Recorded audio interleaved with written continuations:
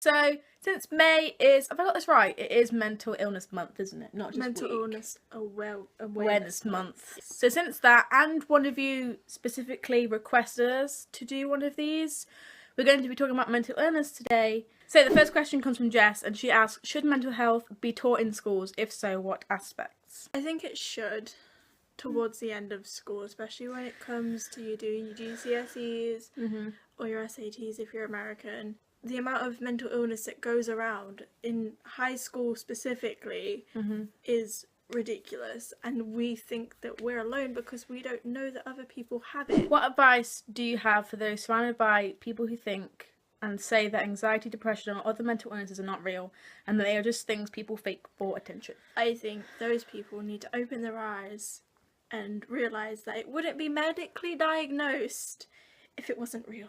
Obviously, the people that don't think it's real have never suffered with it. They don't know what it's like.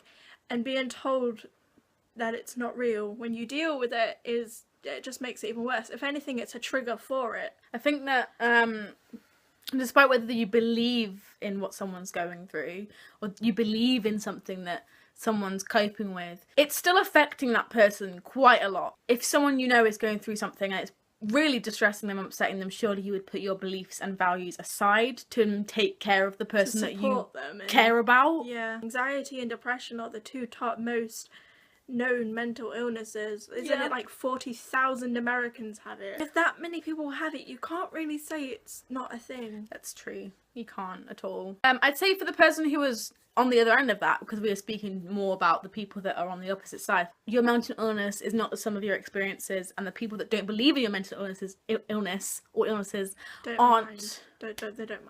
They're not that important. They aren't you, and you are something completely different. Your mental illness and the people who don't believe in it are separate from you, and them not believing in it is just another reflection of themselves. Just focus on you rather than them not believing in the thing that you've got. You know that it's real. You know you go for it every day on a daily basis. You know, so just take care of yourself. Don't even fuck them. How does mental health affect the way you interact online? Oh, that's interesting. I feel like online I can be a lot more open. I'm not hiding as much as I would. I mean, YouTube-wise, no. No. I'm able to express myself more and disregard my mental illnesses online, because a lot of my mental illnesses are in face-to-face situations rather than online situations. However, it does still happen a lot. Have you ever not posted a video because it makes you feel anxious?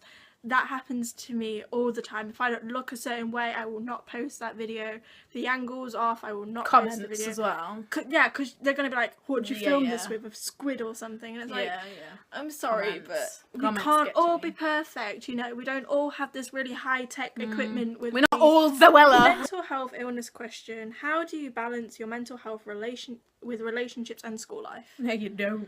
It can get so bad that you don't go to school and you don't talk to people. Yeah. It can get that bad. Yeah. I feel like you could be having such a good day and then you go to leave and you're just like, I can't do this. Yeah. And with the relationships, it can be to the point where you just don't even talk to people for days on end. With the whole relationships thing, I'd say it's more to do with the people around you dealing with your mental illness than you dealing with it. What do you need? What can I do? Or are you okay? What do you need? It's like, all I need is for you to shut the fuck up, sit with me on my bed, let me cry a little bit, watch some RuPaul's Drag Race, and I'll be fine. Like, you don't have to do anything. All we have to do is wait it out, because it's the people who don't understand what mental illness is that ruins things like that. I've had many people walk out on me and my friendshipness, whatever you call it, and companionship, because they can't handle me. Well, maybe you should be better at handling me. That's not my problem. That's not me. That's you. How can the people you love help with your mental illnesses? You just said, like, just literally what I just said. Sit with us,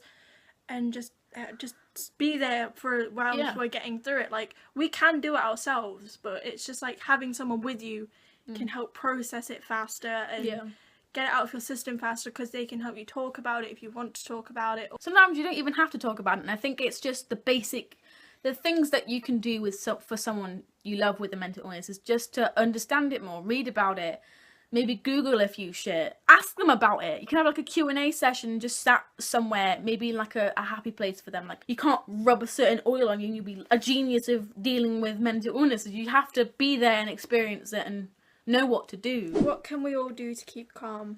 You'll find a way to do it. Like, everyone's different, but you will find a way. Like, some people say meditating helps them calm down. Some people just say isolation helps them calm down. It's very just broad, personal to you. Yeah, there isn't one definition of how to calm down. There's not like a BuzzFeed article like how to calm down from a panic attack. It all depends on how you're feeling. But I would ask other people how they do it, and then see if that works for you. If it doesn't, then it doesn't work for everybody. But keep trying and you'll eventually find ways that do help you calm down. What do you struggle with that other people do with ease? Catching the bus. Yes, catching new buses as well. Like, ones that you've never caught before. You're just like, oh, where am I going? Or, like, you know where you're going. You've, like, Google mapped it, or you have the route just inscribed in your brain. And then you get to actually going there. You're like, going to new places. Asking people in a shop where a specific object is. Yeah, I can do that. I'm pretty okay with that. Or, like, ordering food. That's ordering food. And you know what? I'm gonna go really deep here and say sometimes it's just getting out of bed. Yeah. Sometimes you can wake up and you're just like, I can't do this today. That's very true. Last question is, how do you think people are with treating your mental health? Could there be anything done differently? I think people online could take more courtesy into what they're saying to other people online. Like, it's just a prank, bro. Oh, shut the fuck up. When people say that gives me OCD, or like gives me depression, or I'm depressed because I'm sad. Like, depression isn't always sadness. Depression doesn't equal sadness. Depression is mainly numbness. Just not feeling anything and wanting to lay in bed all day. People could just focus on the things that they're saying to other people and just realise what they're saying and educate yourself. You can't just catch anxiety because your crush is typing on iMessage. No, it doesn't work like that. Thank you so much for watching. Don't forget to subscribe to me and Waverly. Her links will be in the description box below. And give this video a thumbs up if you enjoyed. Comment your questions down below for next month's theme, which is going to be sexuality and identity. Whoa. If you have any requests, make sure you either comment them, DM me on Twitter, or DM her on Twitter. Just get your suggestions in, no matter how, you know, taboo or robust or risque they are. The more taboo the better, actually. Yeah. 1, 4, 3, bye. Mwah.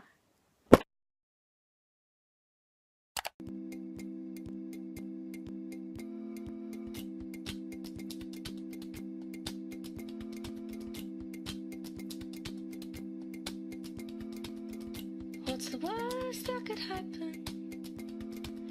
You'll never know unless you try. Don't be put off by your self-doubting thoughts. If you don't take a leap, then you might never fly.